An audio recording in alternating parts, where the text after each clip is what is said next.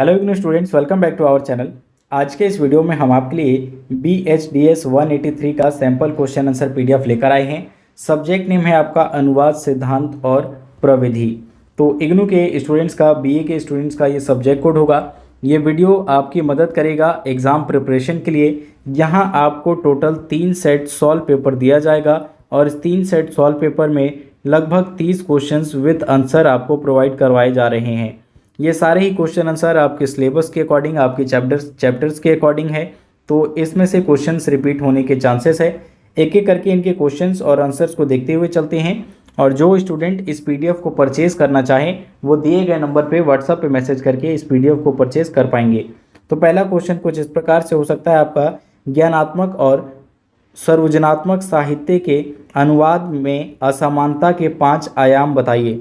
तो इस क्वेश्चंस को देख ले, यहाँ पे 5 आयाम आपको बताने हैं। तो यहाँ पॉइंट वाइज पॉइंट दिए गए हैं, यहाँ आपको एक्स्ट्रा पॉइंट्स दिए गए हैं, लेकिन आप केवल 5 ही पॉइंट्स को लिखें। 10 पॉइंट्स को या 12 पॉइंट्स को लिखने में आपका समय एग्जाम में वेस्ट हो सकता है। क्वेश्चन सेकंड हो सकता है आपका, प्रशासनिक हिंदी सामान्य और साहित्य हिंदी से किस प्रकार भिन्न है। तो हिंदी भाषा के बारे में आपसे पूछा गया है कि सामान्य हिंदी जिसे आम बोलचाल की भाषा में प्रयोग किया जाता है, या साहित्य हिंदी जिसे साहित्यिक कार्यों में प्रयोग किया जाता है। और यहाँ पे तीसरा हमें दिया गया था प्रशासनिक हिंदी, ये कैसे एक दूसरे से भिन्न है, इस बारे में आप बताएंगे। क्वेश्चन 3 हो सकता है आपका, विभिन्न चिंतकों द्वारा दी गई अनुवाद की परिभाषाओं की चर्चा कीजिए। तो अनुवाद की क्या डेफिनेशन दी गई राइटर्स के द्वारा, विद्वानों के द्वारा, वो आपको यहाँ बताना होगा। देखिए, इस PDF में 3 सेट जो सॉल्व पेपर है ये सिलेबस के अकॉर्डिंग ही है आपके, तो एग्ज़ाम में आने के चांसेस हैं। लेकिन कितने % क्वेश्चन रिपीट होंगे ये कह पाना पॉसिबल नहीं है, क्योंकि आपके सिलेबस बहुत अधिक ब्रॉड है, बहुत अधिक चैप्टर है और 3 सेटों में कंप्लीट सिलेबस को कवर कर पाना पॉसिबल नहीं है। क्वेश्चन 4 हो सकता है आपका, गद्य साहित्य के उद्भव में अनुवाद की क्या भूमिका है। आप चाहें तो इन क्वेश्चंस को नोट भी कर सकते हैं, और PDF परचेज नहीं करना चाहते तो जो भी आपके पास स्टडी मटेरियल अवेलेबल हो उसकी सहायता से इन्हें प्रिपेयर कर सकते हैं।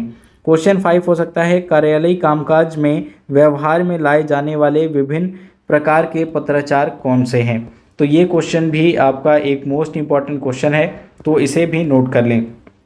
क्वेश्चन 6 हो सकता है आपका, अनुवाद के विविध क्षेत्रों से आपका क्या अभिप्राय है। तो अनुवाद के कितने क्षेत्र हैं इसमें देखेंगे और उसका क्या अभिप्राय है इसके बारे में आप लिखेंगे।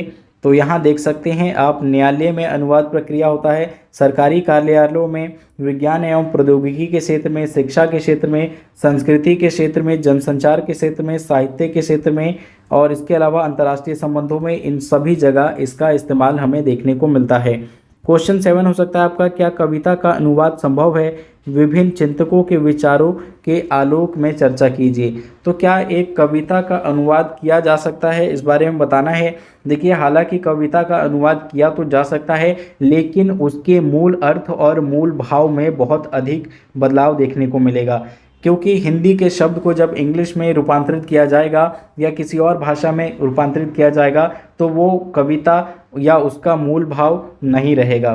क्वेश्चन 8 हो सकता है आपका, परिभाषिक शब्द और टेक्निकल टर्म शब्द का व्यक्तु उत्मूलक अर्थ स्पष्ट कीजिए। तो परिभाषिक शब्द और टेक्निकल टर्म शब्द जो है इसके बारे में आपको बताना है, ये क्या होते हैं, कैसे इसकी उत्पत्ति हुई।